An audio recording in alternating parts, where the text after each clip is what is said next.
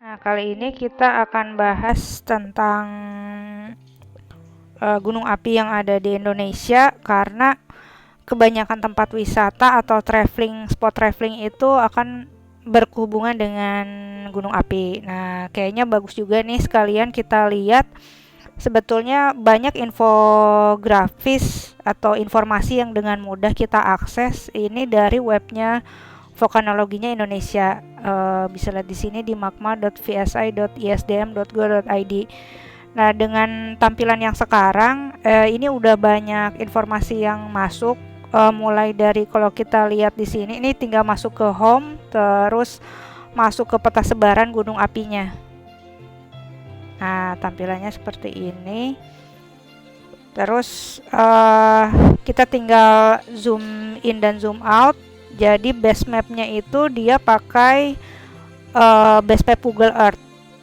Jadi di sini memang source-nya udah overlay dengan peta Google Earth dan ditambahkan infografis sesuai dengan yang dibutuhkan di informasi SDM.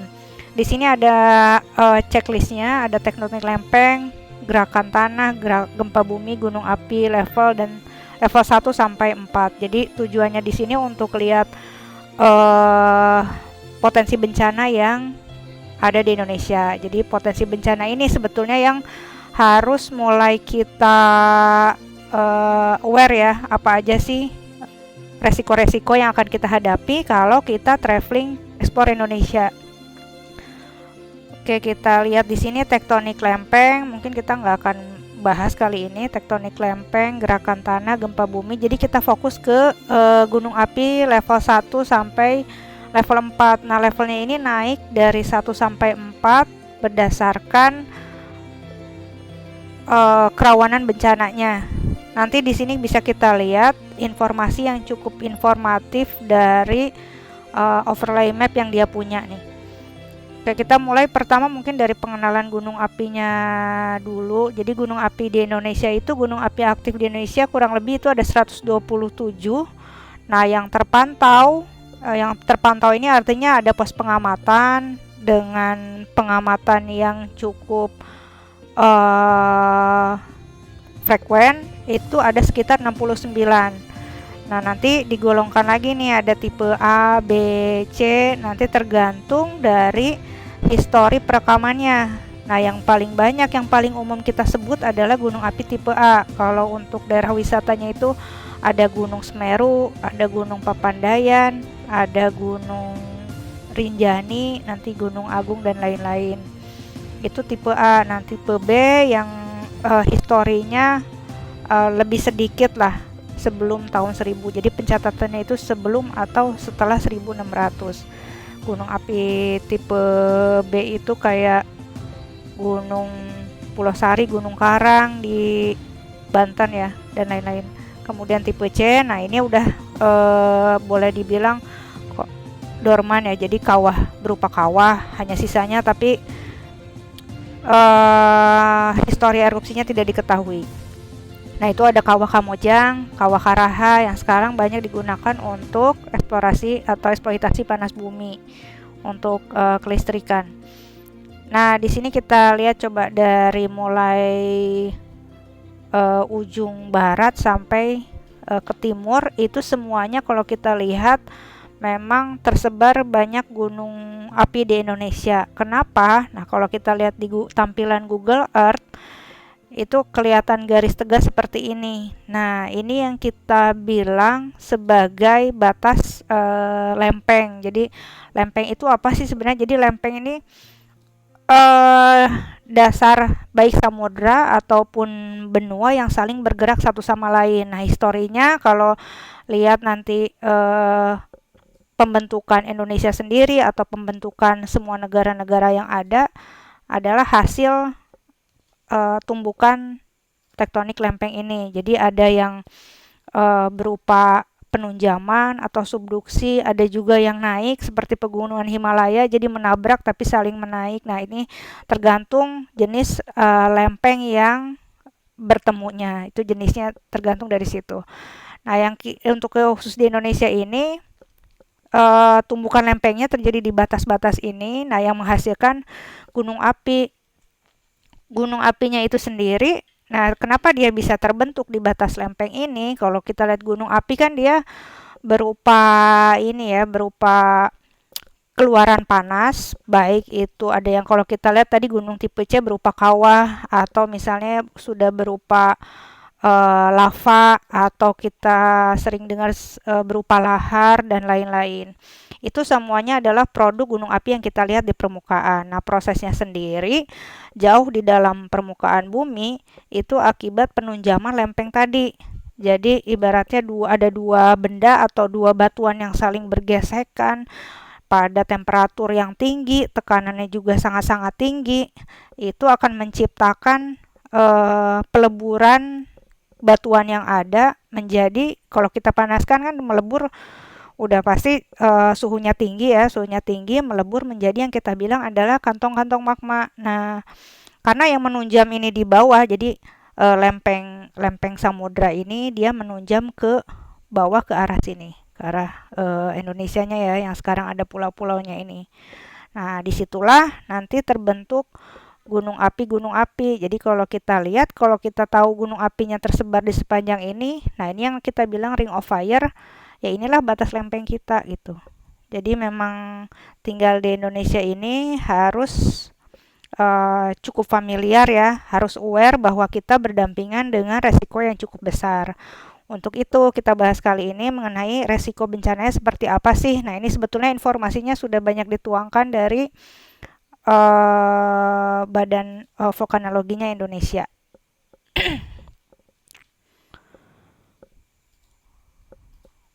Oke, untuk klasifikasinya sendiri, coba kita lihat seberapa detail sih sebetulnya informasi yang disampaikan di sini. Coba kita klik. Oh, sorry, ini. Nah, gunung api levelnya ini dari mulai normal. Normal ini berarti yang warna hijau. Gunung api level 2 waspada, dia berwarna kuning. Level 3 siaga berwarna orange. Dan level 4 ini yang awas. Level awas saat ini sepertinya tidak ada. Ini pun level 2 Semeru hanya waspada. Nah, kita lihat, misalnya kita zoom in ke yang level normal dulu. Di ujung ini ada gunung Selawah Agam. Jadi cara mengoperasikannya hanya cukup zoom in dan zoom out, sama persis seperti kita memakai Google Earth. Nah, informasi yang di sini udah ditumpuk, di overlay dengan berbagai info yang dibutuhkan. Mulai dari kenampakan fisiknya seperti apa Gunung Selawah Agam. Jadi ini pemandangannya cukup jauh ya. Kalau dilihat agak landai, bentuknya sesuai dengan topografi yang bisa kita lihat di Google Earth-nya sebetulnya. Nggak terlalu melancip. Jadi ini kemudian di sini juga dia menuangkan lokasi administratif dan geografisnya, kemudian periode pengamatannya seperti apa, pencatatan klimatologi juga di sini. Jadi cukup lengkap.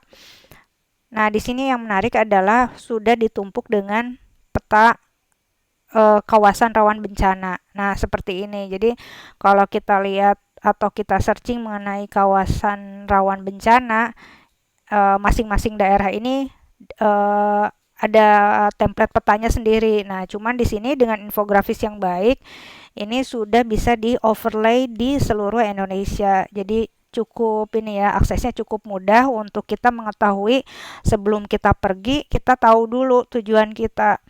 Apakah daerah tersebut adalah rawan bencana atau enggak, apakah kita boleh mendekat ke kawahnya atau enggak. Jadi tujuannya adalah seperti itu. Nah, di sini ada warna-warna, ini adalah klasifikasi rawan bencana dari rendah ke tinggi. Jadi ini dibuat berdasarkan metode radius, juga nanti ada kemungkinan pengaruh dari rekahannya juga sepertinya ya, secara morfologi. Jadi misalnya di sini ada puncaknya, kemudian bukaan kawah yang sudah terbentuk misalnya itu lebih banyak mengarah ke utara atau ke selatan. Maka kemungkinan lahar itu atau lava itu keluar adalah di utara dan selatan. Jadi pengaruh fisik atau morfologi itu juga memungkinkan pembuatan kawasan rawan bencana ini. Jadi klasifikasinya ada 3. Eh, yang pertama yang dari tingkat dari rendah ke tinggi itu 1 ke 3 ya. Jadi makin tinggi nilainya itu kawasan rawan bencana yang tinggi. Nah, ini kawasan rawan bencana yang tinggi ini mendekati puncak, yaitu mendekati pusat erupsinya. Radiusnya itu biasanya di kurang dari 3 kilometer atau nanti mungkin tergantung eh, kawasannya ya. Oke, nah di sini juga ada skalanya, bisa kita lihat 3 kilometer segini ya kurang lebih. Jadi circle yang pertama ini radius 3 kilometer, circle kedua ini untuk menunjukkan kawasan rawan bencana ketiga, kemudian yang kedua ini dengan perimeter lebih mungkin ya sekitar 6 kilometer atau lebih dari 5. Kemudian yang terakhir yang warna kuning ini adalah kawasan rawan bencana yang pertama atau ke-1 yang lebih lebih rendah resikonya. Tapi tetap diingat bahwa masing-masing ini pun punya jenis keluaran atau produk gunung api yang berbeda-beda. Jadi kita bisa antisipasi.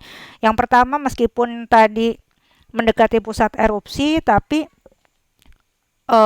produknya adalah berupa lava pijar, di mana lava pijar ini sebetulnya relatif slow, tidak seagresif pelamparannya seperti lahar misalnya.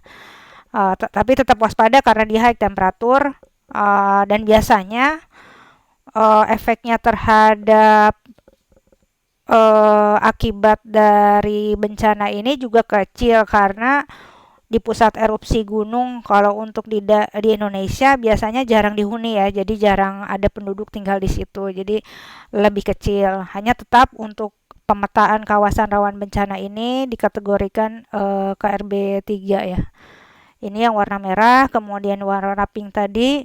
Nah, ini produk-produknya makin menjauh ini yang lebih ringan, lebih liquid biasanya, yaitu berupa lava masih ada, kemudian avalanche atau guguran produk vulkanik, kemudian ada lahar. Nah, gas beracun juga pelamparannya sini sampai rawan bencana tingkat 2 biasanya. Kemudian nah yang terakhir ini yang paling menjauh ini yang sepertinya yang kuning-kuning ini nih. Nah, ini dia lebih banyak lahar. Nah, kenapa masuk ke area kuning? Karena untuk lahar ini biasanya dia karena densitasnya udah semakin berat, tapi dia juga sifatnya fluid, terisi material batuan, kemudian bongkahan, belum ditambah karena makin ke bawah ini penduduk semakin banyak, maka produk-produk dari penduduk ini pun ini akan relatif terbawa. Jadi menempati area yang lebih rendah, yaitu lembah atau sungai biasanya. Nah, ini yang terjadi yang harus diwaspadai justru di area ke-1 ini. Ini radiusnya kurang lebih sebenarnya lebih dari 10 kilometer kalau lihat dari skalanya. Nah, ini contoh di Selawah Agam. Jadi meskipun dia normal, tetap potensi rawan bencana ini dipetakan. Jadi untuk Selawah Agam meskipun statusnya normal, tetap potensi kawasan rawan bencana ini tetap dipetakan. Oke, sekarang kita lihat lagi makin ke southeast atau ke tenggara itu kita lihat. Nah, ini melewati nanti Bukit Barisan di Sumatera, kemudian ini ada apa nih? Sebetulnya banyak untuk yang level normal karena sekian banyaknya gunung api yang ada di Indonesia, dan nggak semuanya bisa diakses untuk wisata, jalur wisata. Ini banyak yang nggak familiar namanya seperti ini, Gunung Api Burnitelong di masih masuk Aceh ya kayaknya, masih masuk. Oh, ini di antara Aceh sama ini ya, lebih mendekati Danau Toba. Kemudian, nah ini Gunung Api Sinabung. Nah, ini yang mungkin lebih familiar karena oh sorry tadi bukan Danau Toba ya.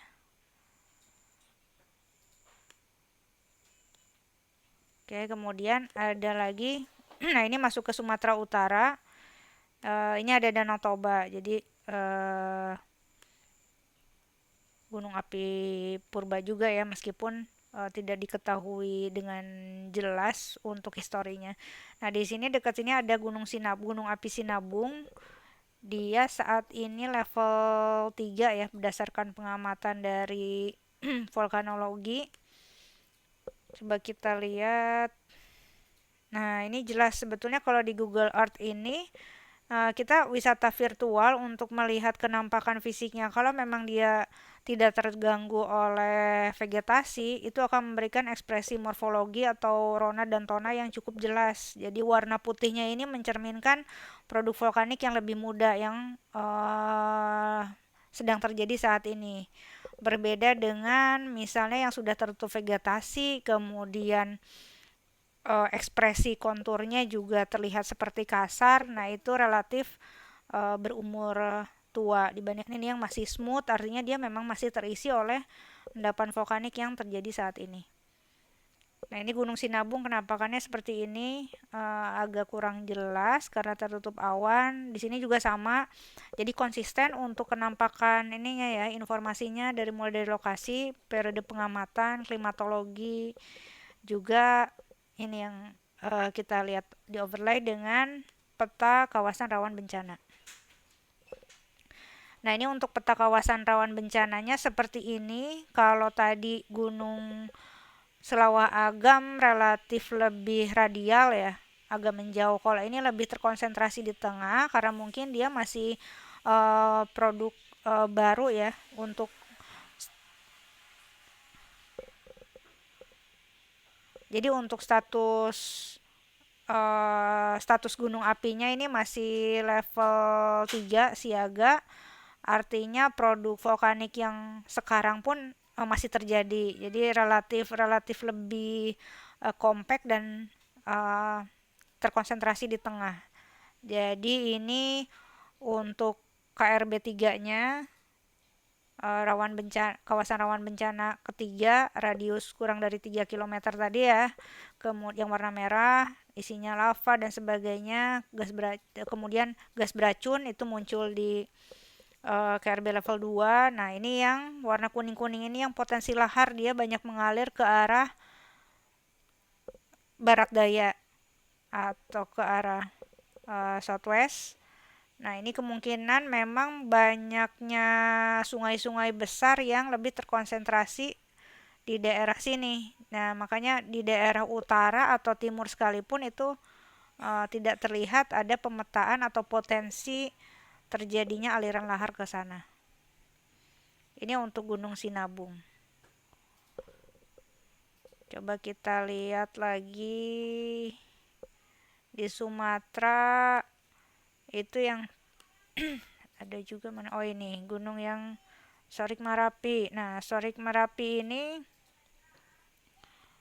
ke levelnya 1 ya. Level 1 normal. Kita lihat kenampakannya. Dia sebetulnya sudah hanya berupa kawah. Mungkin kalau di level gunung api mungkin ya, itu ada di level tipe C, sorry, ada di tipe C sepertinya. Jadi hanya berupa oh sorry sorry, kalau ini kayaknya tipe A aktif. Nah, kita lihat coba peta kawasan rawan bencananya. Nah, ini lebih lebih radial dibandingkan dengan dia sama-sama level normal dengan Selawah Agam tadi. Ini lebih radial lagi, jadi lebih menjari kemana-mana ke semua.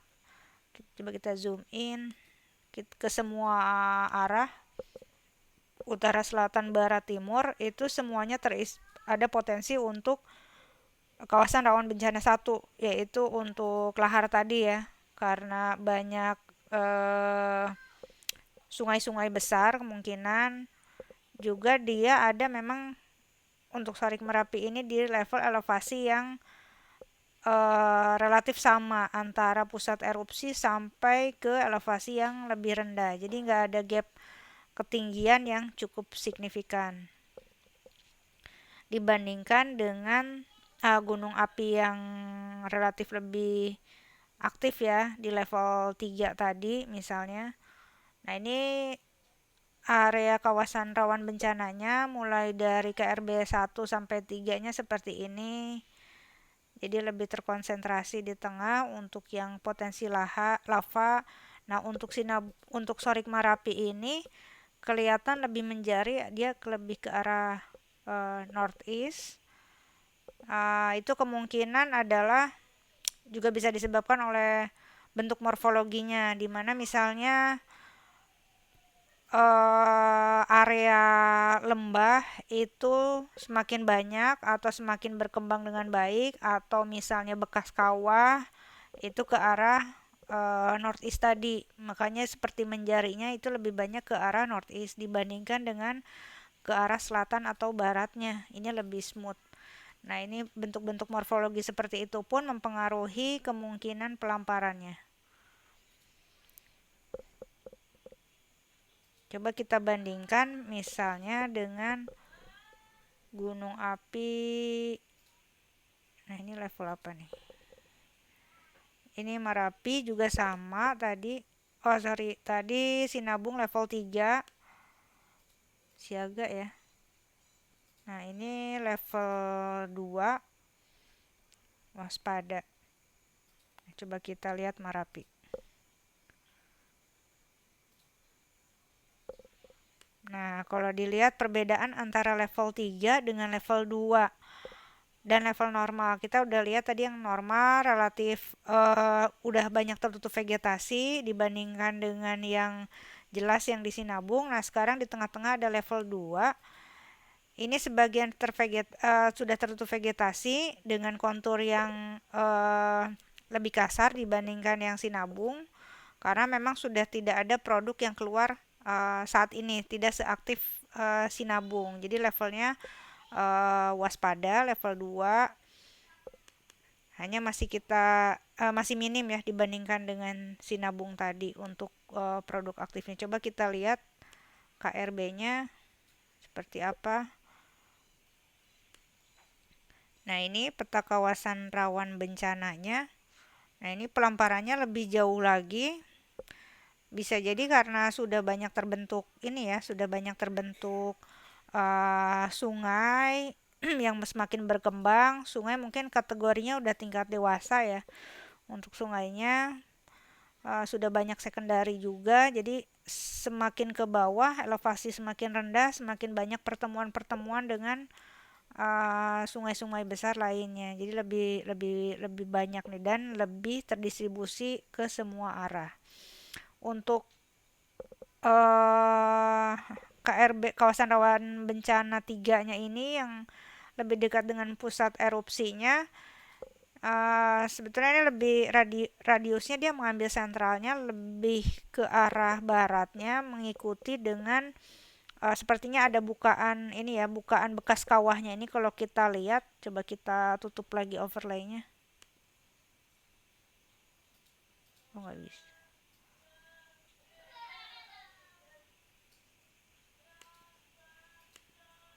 Oh, ini nggak bisa ditutup lagi.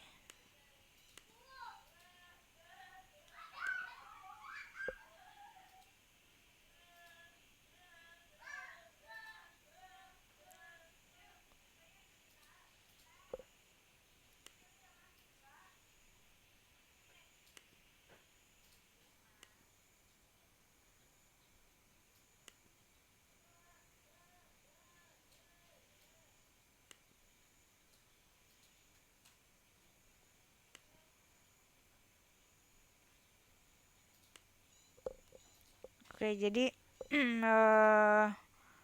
luasan areanya tadi tergantung seberapa banyak bukaan dan kecenderungannya ke arah mana. Disitulah nanti akan semakin terkonsentrasi untuk beberapa potensi produk vulkanik tertentunya. Oke, itu untuk Gunung Merapi, kemudian Merapi. Ini Gunung Talang normal, di sini juga ada beberapa danau. Ini Gunung Kerinci. Nah, ini yang jadi salah satu tujuan wisata juga untuk pendakian gunung api. Nah, ini ada di level 2 atau waspada. Sama dengan Gunung Marapi tadi ya. Coba kita lihat. Nah, pertama kalau dari Google Earth sendiri relatif lebih smooth tapi tetap sudah tertutup vegetasi yang pertama. Itu yang membedakan dengan Gunung Sinabung. Cuman yang harus diwaspadai juga adalah bentuk kerucutnya yang lebih centralized ya. Jadi semuanya terkonsentrasi di tengah. Coba kita lihat dengan kawasan rawan bencananya yang mungkin juga akan lebih terkonsentrasi di tengah atau tidak condong ke satu arah. Nah, ini matching ya untuk kawasan rawan bencana pun merupakan ekspresi dari morfologi yang ada dari bukaan kawah yang lebih terkonsentrasi di tengah tadi. Maka untuk uh, kawasan rawan bencana tiganya, level 3 yang radius di bawah 3 km itu lebih terkonsentrasi di tengah dan tidak condong ke satu arah yang dominan. Begitu pula dengan KRB level 2-nya, tingkat 2-nya juga sama. Nah, ini untuk arah aliran potensi laharnya ya di sungai-sungai ini juga lebih distributed ke semua arah. Ini untuk Gunung Kerinci. Jadi sebelum ke naik gunung pun kita harus update. Untuk baiknya adalah update juga karena sekarang sudah mulai pendaftaran online ya beberapa gunung wisata atau taman nasional. Itu bisa kita cek aktivitasnya juga mulai dari di beberapa update di beberapa sosial media, dan termasuk salah satunya yang bagus juga untuk edukasi adalah lewat VSI ini gitu. Ini akan terupdate terus. Nanti di bagian lain juga ada video pengamatan. Jadi beberapa pos pengamatan itu sudah dilengkapi dengan CCTV. Itu bisa kita monitor juga di sini. Coba kita zoom out. Nah, ini untuk di daerah-daerah selatannya ini tidak nampak ya ada. Coba kita zoom out lagi. Nah, ini emang udah nggak ada gunung api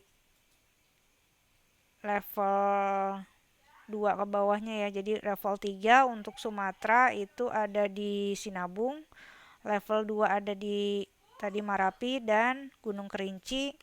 Nah, kemudian di sini di tengah-tengah nih kita nyebrang ke Pulau Jawa itu ada Anak Rakatau, itu level 2 waspada. Coba kita lihat seperti apa sih penampakan gunung atau di pulau tersendiri ini.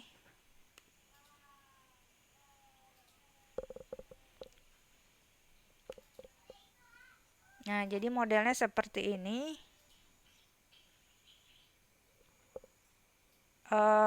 Pengambilan foto mungkin dari pulau di seberangnya ya, mungkin bisa dari Banten atau dari Lampung.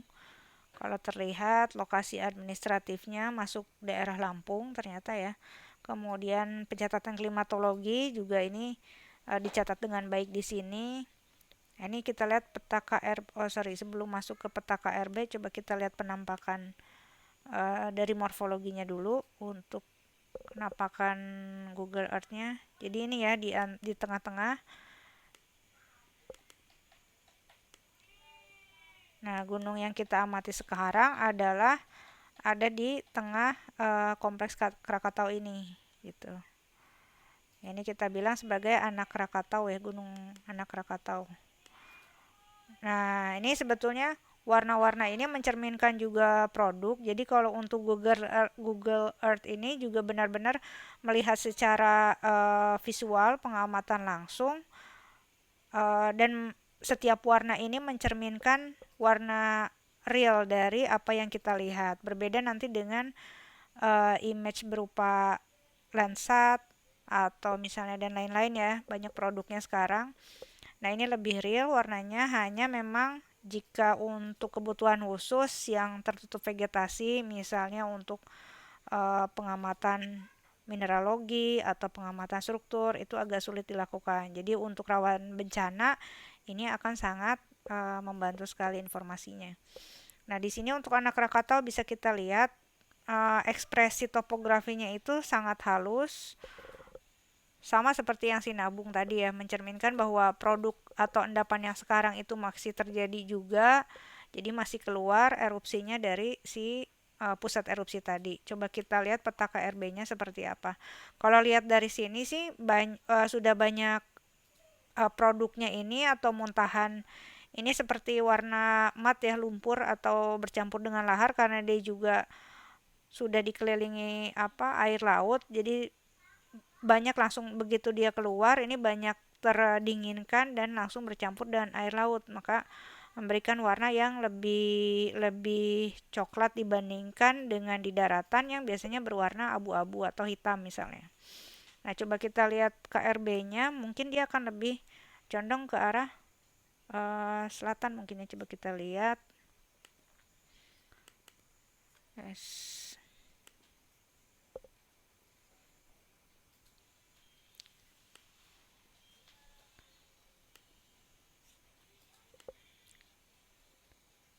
Nah, ini dari pusat erupsi karena diameter dia pun sebetulnya relatif kecil ya kalau kita cek di skalanya. Nah, ini skala 1 kilo adalah seperti ini, segini ya. Ini 3, jadi tetap perimeternya 3 kilo. 3 kilonya ini masih jauh, jadi otomatis untuk kawasan rawan bencana tiganya, di mana lebih banyak produknya yang tadi berupa lava, kemudian lava pijar, awan panas, bom, dan lain-lain, itu akan lebih teridentifikasi di satu pulau anak Krakatau, tapi tidak ditemukan atau minim ya untuk level untuk KRB 2 dan 1-nya. Jadi ini hanya terlihat di ujung aja, di ujung timur. Jadi karena diameter gunung api yang tersisanya pun relatif sedikit. Jadi diameternya kurang dari 3 km. Oke, itu untuk anak Krakatau. Nah, sekarang kita nyebrang ke Pulau Jawa. Nah, di Pulau Jawa ini pun kalau tadi di Pulau Sumatera karena batas lempengnya adalah di sisi barat menuju utara, itu gunung api juga tersebar di pinggirannya. Nah, kalau di Pulau Jawa itu akan lebih tersebar, semuanya berkumpul di area selatan. Nah, kita lihat salah satu destinasi yang favorit ini kan mulai dari Semeru misalnya. Mana nih Semeru? Nah, ini ya. Semeru ada di level 2. Coba kita lihat seperti apa eh, penampakan secara fisik atau morfologinya. Oh, sebelum itu coba kita lihat dulu info geografisnya seperti apa. Nah, dia masuk ke Lumajang, Malang, Jawa Timur. Kemudian ini ya pencatatan klimatologinya. Kalau kita S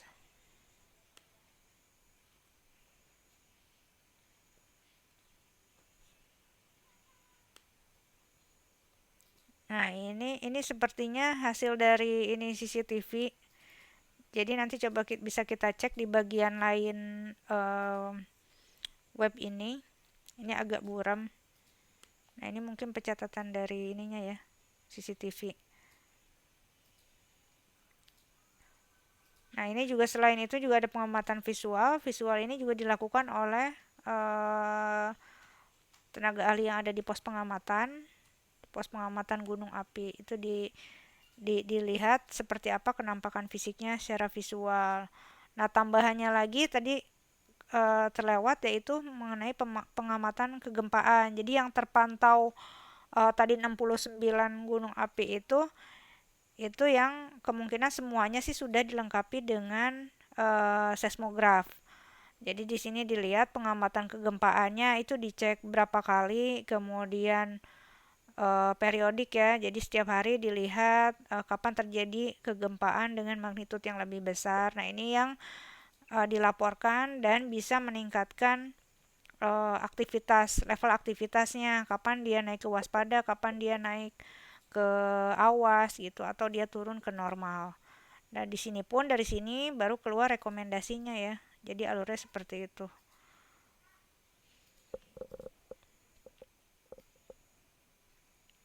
Oke, nah ini untuk Semeru, coba kita lihat sebelum masuk ke peta kawasan rawan bencananya, kita lihat ekspresi morfologinya ini seperti apa. Nah, untuk Semeru, bagi yang sudah pernah visit atau naik gunung ke Semeru, mungkin terlihat bahwa setelah eh, luasnya padang savana yang kita lewati, itu akan bertemu dengan material jatuhan ya, material lepas. Jadi begitu naik ke puncak itu akan terasa memang eh material-material lepas itu begitu kita injak. Jadi belum ada material solid yang benar-benar tertanam menjadi tanah gitu, berubah menjadi tanah. Jadi artinya produknya ini juga masih aktif, keluaran gasnya juga masih ada. Cuman kalau di puncaknya ini karena dimensinya cukup besar, untuk gas mungkin masih banyak terkonsentrasi di bawah, tapi saat yang harus kita waspadai adalah saat aktivitasnya meningkat, gasnya semakin banyak. Nah, itu pun yang akan menjadi resiko yang harus bisa kita mitigasi. Jadi baiknya cek lagi sebelum naik gunung ke area yang mau kita tuju, cek aktivitasnya seperti apa, apakah dibuka atau tidak. Nah, ini ekspresi morfologinya halus ya. Kemudian semakin jauh itu semakin kasar. Nah, ini mencirikan umur relatif dari area sekitarnya juga. Jadi kalau dicek nanti dengan peta geologinya, umur batuannya mungkin yang ini lebih tua dan ini lebih muda seperti itu. Coba kita cek kawasan rawan bencananya. Nah, ini lebih besar lagi dibandingkan dengan Krakatau. Anak Krakatau tadi diameternya sangat-sangat kecil. Nah, untuk yang Semeru ini sangat besar. Area kawasan rawan bencana tiganya, potensi tadi guguran lavanya, lava pijar itu melampar lebih banyak ke area selatan dan ke timur ya, selatan relatif southeast lah, tenggara, relatif tenggara. Kemudian untuk rawan bencana keduanya yang berupa dia harusnya biasanya avalanche ya, guguran lahar, gas beracun dan lain-lain yang lebih liquid, itu juga sama mengikuti jalur-jalur yang sudah terbentuk. Mungkin juga lembah lebih berkembang baik ke arah tenggara, ke selatan dan ke timur tadi. Nah, diikuti juga dengan aliran-aliran sungai yang sudah terbentuk. Nah, kalau dilihat di sini sungai atau daerah dengan elevasi yang lebih rendah ini sangat berkembang baik semakin ke tenggara ini ya, cukup besar. Ya, ini potensi untuk lahar tadi. Nah, disinilah yang menjadi uh, rencana mitigasi yang harus banyak dilakukan, yaitu di sekitar area dengan pemukiman yang semakin banyak, di mana area yang warna kuning ini ya, makin banyak area elevasi rendah, kemungkinan lahar juga mengalir ke arah situ. Oke, itu untuk Semeru. Kemudian ini ada Bromo. Nah, Bromo level 2 ya, sama waspada. Nah, untuk Bromo sendiri pusat erupsinya dia ada di tengah-tengah, kita sebut sebagai kaldera Bromo. Jadi lebih terkonsentrasi di tengah. Coba kita lihat di peta kawasan rawan bencananya seperti apa. Jadi lebih fokus di tengah kaldera tadi. Karena dia sudah berkembang dengan baik untuk Gunung Bromo ini. Jadi untuk area kawasan rawan bencana ketiganya ini semuanya ada di tengah. Mengikuti yang kawasan rawan bencana keduanya, dia akan lebih, mungkin kalau dibilang relatif lebih aman, bisa jadi lebih aman karena di dalam kalderanya ini lebih minim penduduk dibandingkan dengan di perimeter luarnya ini gitu. Jadi semua sudah di dalam area kalderanya tadi di elevasinya, jadi seperti mangkok ya. Nah, itu untuk area-area wisata yang populer di Jawa Timur. Ada Bromo dan ada Semeru.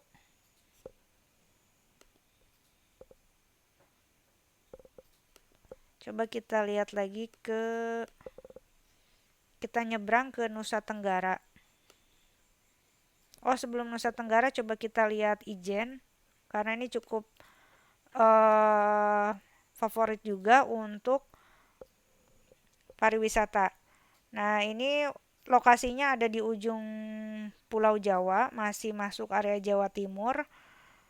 Secara administratif masuk kota Banyuwangi, Jawa Timur. Kemudian apalagi informasinya?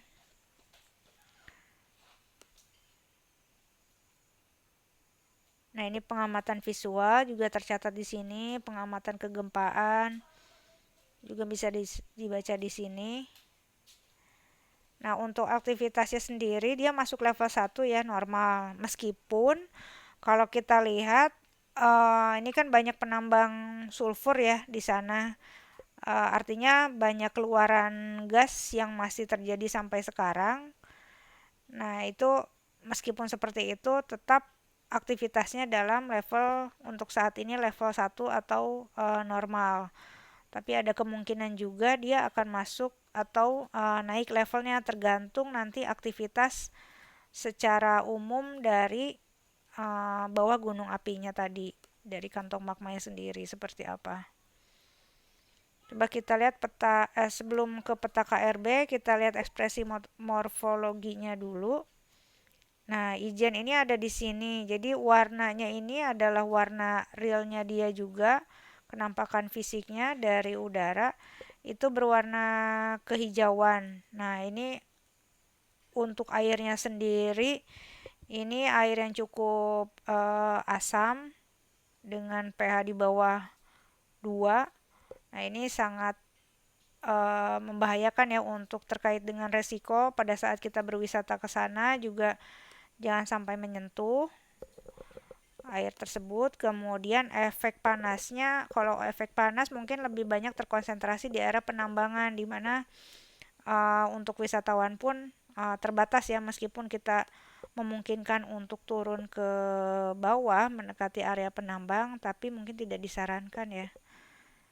Itu. Nah, ini untuk salah satu mitigasi sebelum kita menuju area wisata di mana area wisata tersebut adalah gunung api aktif. Jadi kita harus tahu juga sebetulnya apa sih resiko yang mungkin terjadi.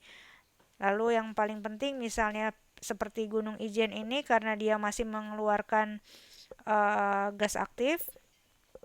Nah, harus lari kemana pada saat gas itu misalnya tiba-tiba naik konsentrasinya atau terakumulasi di satu daerah. Lalu kita harus lari kemana? Nah, itu mungkin harus kita lihat lagi dari posisi kita berada. Nah, ini ekspresi morfologinya. Jadi untuk kawah ijen sendiri dia berupa bekas pusat erupsi. Nah, di sini melingkar di sini, kemudian di sekitarnya kita lihat juga ada lingkaran-lingkaran lagi. Nah, ini juga bekas pusat-pusat erupsi yang lain. Nah, dilihat di histori gunung apinya mungkin nanti menceritakan evolusi yang berbeda nih dari umur-umurnya. Nah, cuman yang sekarang yang paling besar adalah di Kawah Ijen ini. Kalau kita lihat peta kawasan rawan bencananya itu akan seperti ini. Ya, jadi kalau dilihat tadi sebelum muncul peta kawasan rawan bencana, itu terlihat bahwa bukaannya atau elevasi yang lebih rendah ini sebetulnya ke arah ya lebih banyak sungai berkembang juga mungkin ya. Nah, ini lebih ke arah barat. Kemudian area rawan bencana ketiganya, di mana kemungkinan terjadinya adalah lava, kemudian awan panas dan bom tadi, itu adalah di area yang berwarna merah. Nah, ini untuk KRB 2-nya ini cukup jauh. Jadi kemungkinan nanti lava atau avalanche atau lahar dan gas beracun ini akan menyebar ke arah eh, northwest. Sedangkan untuk kawasan rawan bencana kesatunya, lahar dan banjir dan lain-lain itu berkembang ke arah sungai-sungai di sini. Nah, sungainya itu lebih banyak berkembang ke arah yang berlawanan dengan KRB 2 tadi itu. Nah, ini kemungkinan rawan bencananya mengalir, produk-produk vulkaniknya mengalir ke sini gitu.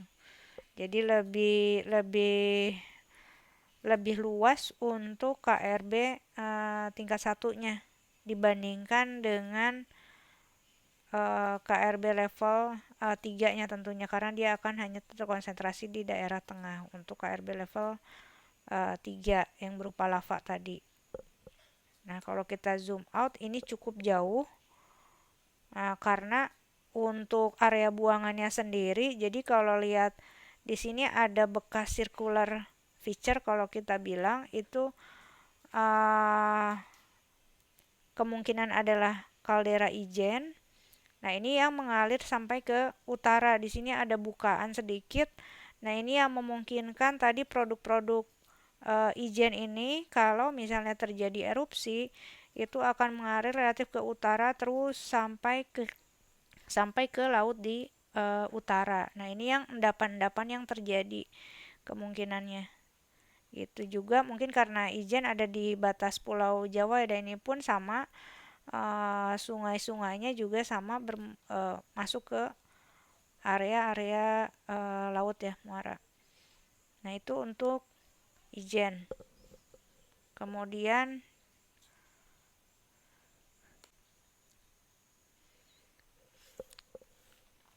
oke, setelah tadi Gunung Ijen, coba kita nyebrang ke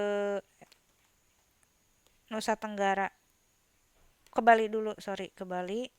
Nah, di Bali ini ada Gunung Batur dan Gunung Agung. Saat ini dua-duanya berada dalam level normal. Oh ya, untuk update peta ini juga dia live ya. Jadi data ini mungkin nanti bisa dilihat di raw datanya, data mentahnya. Dia pengambilannya terakhir itu di kapan? Nah, di sini juga ada sih sebetulnya periode pengamatan per tanggal 14. Jadi misalnya besok ada update untuk informasi baru dari pos pengamatan, itu akan langsung direcord. Terlebih untuk gunung-gunung api yang memang dalam status pengawatan, mungkin sudah dilengkapi dengan CCTV tadi ya. Kita harus cek juga di webnya mana saja gunung api yang sudah dilengkapi dengan CCTV. Oke, ini untuk lokasinya, infonya seperti ini. Kemudian coba kita lihat ekspresi topografinya seperti apa sih. Nah, Gunung Agung coba kita bandingkan dengan Gunung Batur. Gunung Batur ini lebih untuk diameter lebih luas. Artinya untuk bentuk gunung apinya sendiri bisa jadi lebih tua. Kemudian Gunung Agung dengan pusat erupsi yang masih terkonsentrasi di tengah ini, hanya single eruption, itu memungkinkan dia berumur relatif lebih muda dibandingkan dengan Gunung Batur.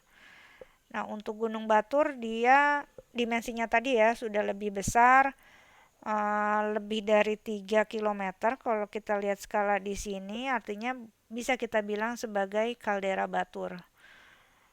Nah, bagi yang sudah pernah ke Gunung Batur, kalau kita lihat ini produk vulkaniknya ini semua berwarna hitam atau mirip dengan kalau kita lihat di Ternate itu wisata dinamakan Batu Angus. Jadi produk vulkaniknya itu semua adalah berupa seperti yang umum adalah kita bilang batu apung tapi berwarna hitam. Nah, warna hitamnya ini karena produk vulkanik yang sifatnya lebih basa, dia lebih berat dibandingkan dengan batu apung yang biasa kita pakai untuk kebutuhan rumah tangga. Jadi itu untuk produk-produknya. Nah, kalau balik lagi ke morfologi tadi ya, untuk Gunung Agung, ini lebih fokus di tengah. Coba kita lihat apakah sama dengan interpretasi atau batasan dari kawasan rawan bencananya. Apakah dia akan lebih terkonsentrasi di tengah atau menyebar ke segala arah. Ini untuk peta KRB-nya.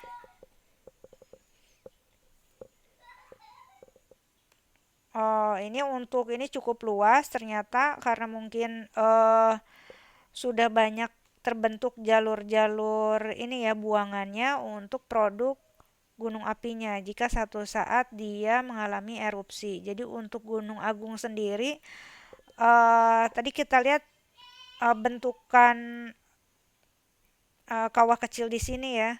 Ternyata tidak menjadi pengontrol utama untuk limpasan produknya jika terjadi erupsi, tapi lebih banyak ya, lebih luas dibandingkan dengan diameter kawasan rawan bencana satu. Kalau kita bandingkan dengan gunung api yang lain tadi ya, rata-rata di sekitaran 3 kilometer memang dari pusat erupsinya, cuman di beberapa ujung-ujung ini yang meledah ini juga sudah melebihi dari 3 kilometer yang berwarna merah. Jadi kemungkinan lava mengalir dia hampir di segala arah, terutama relatif utara selatan arahnya.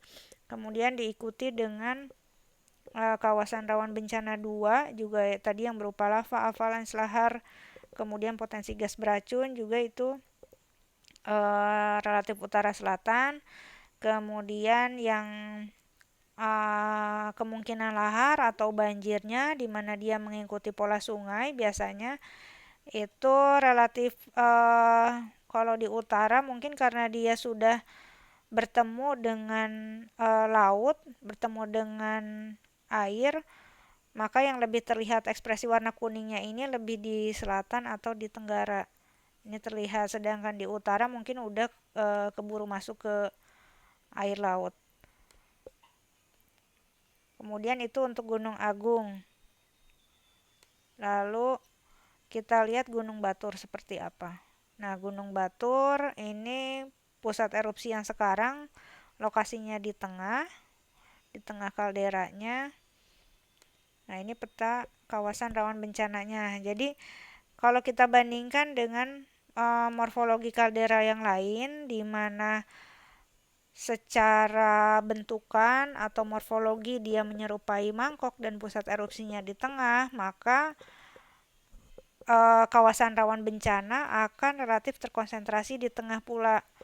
Dan itu yang lebih terisolir jadinya ya untuk area rawan bencananya. Jadi jadi pelamparan potensi rawan bencana ini pun mengikuti atau dikontrol oleh morfologi yang ada. Jadi bisa jadi sebagai kita katakan sebagai barier gitu ya untuk membatasi si produk tadi melampar lebih jauh. Jadi untuk level 3-nya yang berupa lava dan yang lebih solid itu hanya akan berada di tengah-tengah saja. Kemudian untuk KRB 2-nya ini lebih sisanya yaitu di utaranya. Dan yang lain-lainnya untuk kemungkinan lahar mengalir ke lebih jauh itu juga tidak terdeteksi ya di interpretasinya kawasan rawan bencana ini. Jadi dia lebih terkonsentrasi di tengah-tengah mangkok tadi, sama seperti kasus Gunung Bromo. Itu untuk Bali.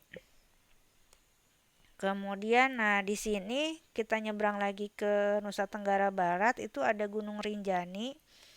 Nah, Gunung Rinjani ini kalau kita lihat dari morfologinya, ini udah banyak kayak robekan-robekan ini ya. Nah, robekan ini juga hasil dari pada saat dia mengalami erupsi, dia menciptakan rekahan-rekahan. Ini sirkular di area southwest, kemudian di northnya juga ada. Nah, coba kita lihat dengan ininya. Coba kita close dulu. Nah, ini seperti ini ya. Seperti ini. Jadi yang umum kalau untuk, nah ini juga umum untuk wisata pendakian. Yang umum dilakukan adalah lewat eh, Sembalun ya, lewat Sembalun. Meskipun nanti ada jalur-jalur yang lain juga. Ini lewat Sembalun. Kalau kita lihat ini agak beda ya. Eh, Sekarang kita lihat ekspresi morfologinya, ini lebih kasar, lebih banyak garis-garis, urat-urat seperti ini dibandingkan dengan Gunung Rinjaninya sendiri. Sorry, Puncak Rinjani yang biasa dilakukan pendakian adalah di sini. Nah, ini coba kita zoom in.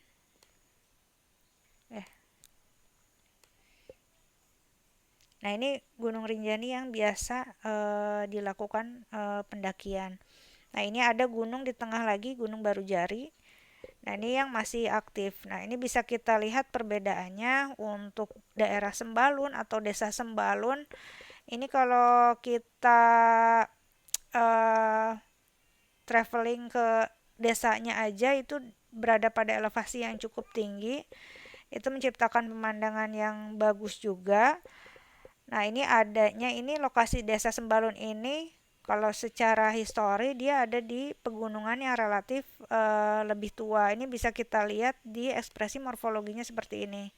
Berbeda dengan area Rinjani yang yang saat ini dijadikan pendakian, target pendakian itu lebih smooth. Ya, ini menandakan bahwa produk yang baru yang terakhir erupsi itu ada di sini. Ini ini setelah kegempaan ya, tentunya datanya sepertinya udah diupdate juga, laporan per 24 jam seperti biasa. Nanti kita bisa cek di sini. Coba kita lihat peta kawasan rawan bencananya seperti apa. Nah, ini peta kawasan rawan bencana. Jadi karena sudah banyak robekan di sekitar kawah gunung apinya, di mana ada danau Segara Anak juga, maka ini lebih terkonsentrasi di tengah. Kemudian untuk level 2-nya dia hanya sirkular mengikuti daerah sentralnya tapi tidak terlalu jauh juga. Nah, sisanya adalah yang potensi lahar banjir mengikuti jalur-jalur lembah atau sungai yang sudah ada.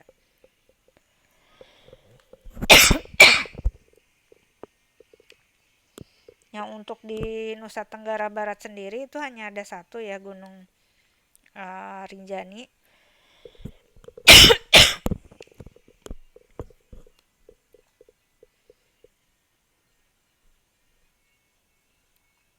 Nah, kita zoom out lagi untuk kita nyebrang ke Pulau Sumbawa. Itu relatif tidak ada gunung api di sepanjangnya seperti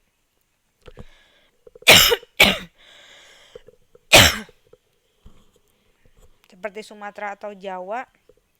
Tapi di ujungnya ini ada Gunung Tambora. Nah, ini juga jadi salah satu destinasi favorit ya untuk pendakian. Jalur pendakian. Tambora ini memang dikenal dengan kaldera. Artinya diameter kawahnya ini, kalau kita bilang kawah itu secara dimensi lebih kecil. Kalau kita bilang kaldera itu lebih besar ukurannya. Nah, kaldera Tambora ini tentunya dengan umur yang relatif lebih tua ya, jejak histori erupsinya. Ini kita lihat benar-benar sempurna kalau dilihat dari ekspresi morfologinya. Artinya produk vulkaniknya sudah terkonsentrasi saat dia erupsi, terkonsentrasi di tengah, sirkular, sempurna, kemudian pelamparannya mengikuti bukaan atau sentra kaldera ini. Coba kita lihat dengan peta kita lihat dengan peta kawasan rawan bencananya. Nah, ini semuanya sama seperti model kaldera yang lain, Bromo ataupun Ijen tadi ya, ataupun Gunung Batur. Nah, itu juga benar-benar terkonsentrasi di tengah. Artinya satu saat jika terjadi erupsi kembali dengan pusat erupsi yang sudah diketahui sekarang ada di tengah ini, maka potensi kawasan rawan bencana level 3-nya ini hanya akan ada di tengah. Sedangkan buangan kemungkinan produk avalanche-nya, lahar atau gas beracun ini akan ke arah utara. Ini sepertinya mengikuti lembah yang sudah memang terbentuk. Lebih jelas sebetulnya untuk pengecekan morfologi dilihat dalam bentuk 3D, bisa juga dilakukan di Google Earth atau dalam bentuk cross section atau sayatan melintang. Nah, itu nanti bisa dilihat dengan jelas ekspresi dari morfologi di sekitar atau area yang akan kita tuju.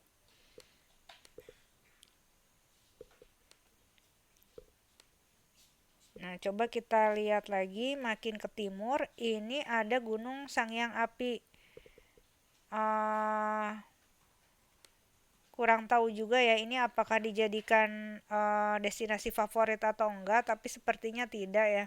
Nah, ini ada di level 2, waspada.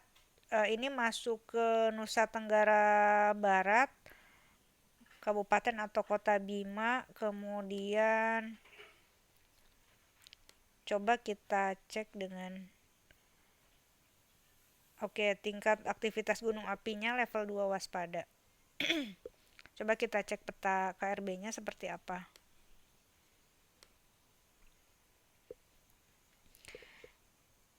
Nah, ini seperti ini ya. Dari Pulau Sangiang tadi, coba kita lihat lagi, kita zoom out.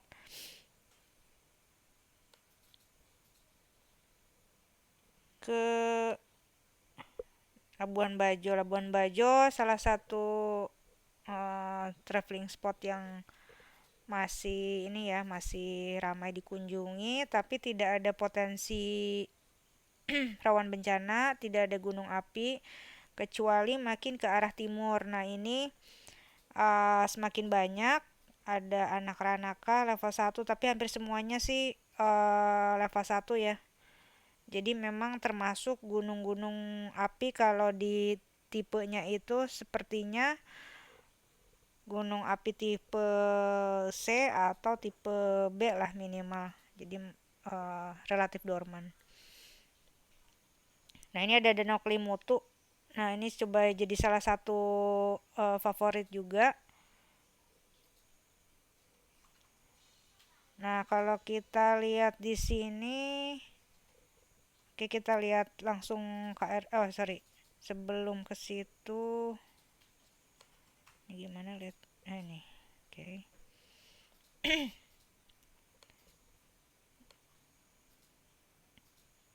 Nah, ini Gunung Kelimutunya.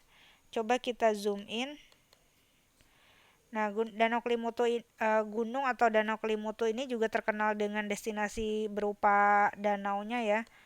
Kalau kita lihat secara dimensinya, diameter sebetulnya tidak sebesar kaldera yang lain atau kawah-kawah yang lain. Ini 300, mungkin sekitar 300 meter. Kemudian ini yang warna hijau ini yang paling besar. Kemudian ada satu lagi danau di sini, mungkin kayak tertutup awan juga, ini tidak terlihat. Nah, gunungnya sendiri yang saat ini sebagai puncak tertingginya ini ada di sebelah southeast-nya. Coba kita lihat peta KRB-nya.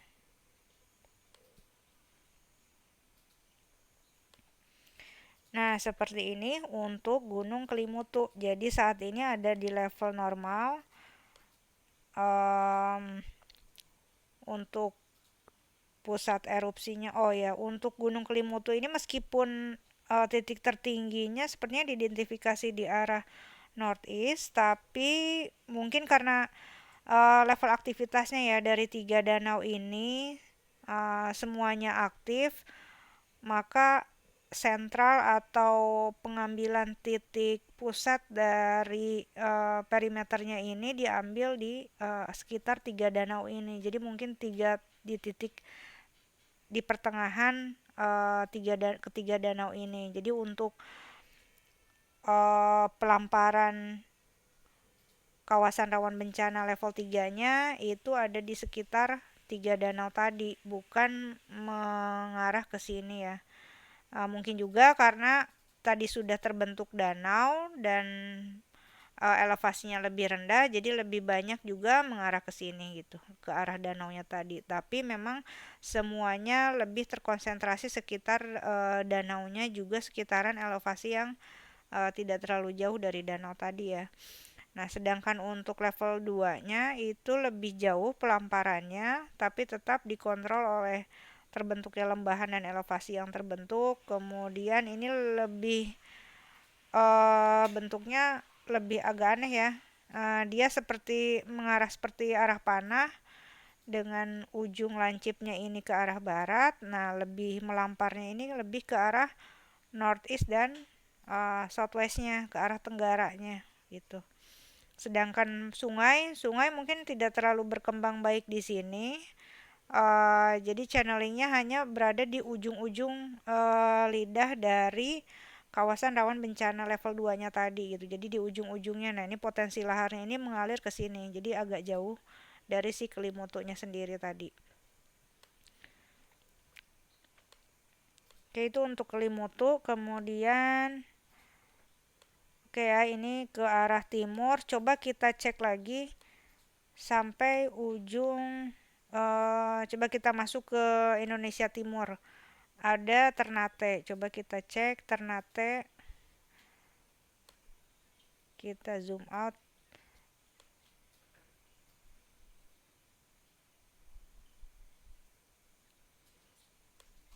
Nah, kalau kita lihat di sini, ini lebih kompleks.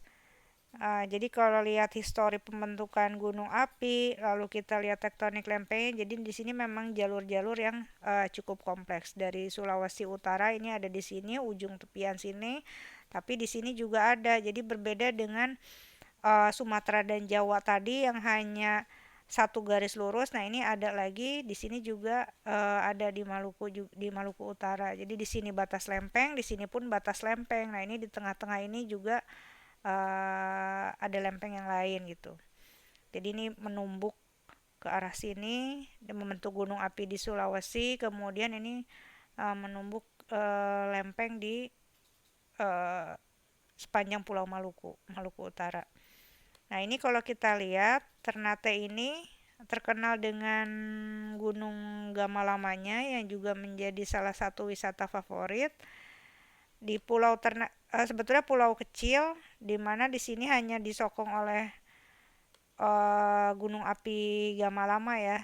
Kalau lihat bentukannya, kalau kita lihat morfologinya, nah ini cukup smooth. Artinya memang satu pulau ini hanya didukung oleh satu gunung api. Ini kalau lihat di utara uh, northwest, ini ada danau cukup besar, disebut sebagai Danau Tolire, juga jadi area wisata yang sangat bagus ya. Kemudian di sekitarnya ini semuanya jalur wisata pantai yang cukup bagus juga, yang sangat baik. Nah, ini di tengahnya ini adalah Gunung Gamalama. Coba kita lihat peta KRB-nya seperti apa, karena Gunung Gamalama ini lebih untuk Pulau Ternate ini juga lebih kecil ya, pulau kecil dengan satu gunung api yang ada di sentral, maka kemungkinan rawan bencananya pun ini memang terpusat di Gunung Gamalamanya itu sendiri dan mengarah ke pemukiman-pemukiman yang ada di satu pulau tersebut gitu. Jadi terkonsentrasi di situ. Hanya memang ini dikontrol oleh bukaan atau morfologi yang semakin berkembang, bukannya ini ke arah utara sepertinya. Jadi untuk area satunya ini juga ke utara dan area kawasan rawan bencana 3 dan 2-nya ini juga semakin berkembang ke arah utaranya dibandingkan dengan ke arah yang lain, ke arah selatan atau timur. Nah, sisanya untuk kawasan rawan bencana ke satu berupa lahar. Nah, ini mengisi sungai-sungai yang terbentuk karena tadi pulau tadi dia satu pulau sendiri centralized, maka kemungkinan KRB 1-nya pun kemungkinan lahar terbentuk mengikuti sungai-sungai yang berkembang eh, mengitari pulau tersebut gitu. Jadi melingkar untuk KRB 1-nya.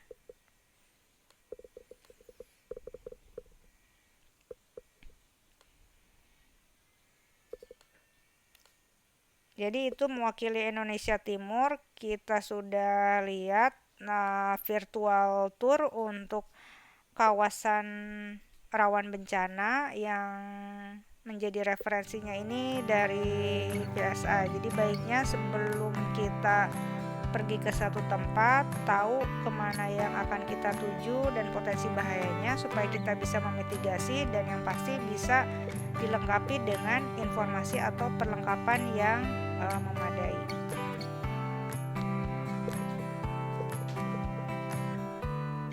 Jadi cukup itu aja. Terima kasih. Happy traveling.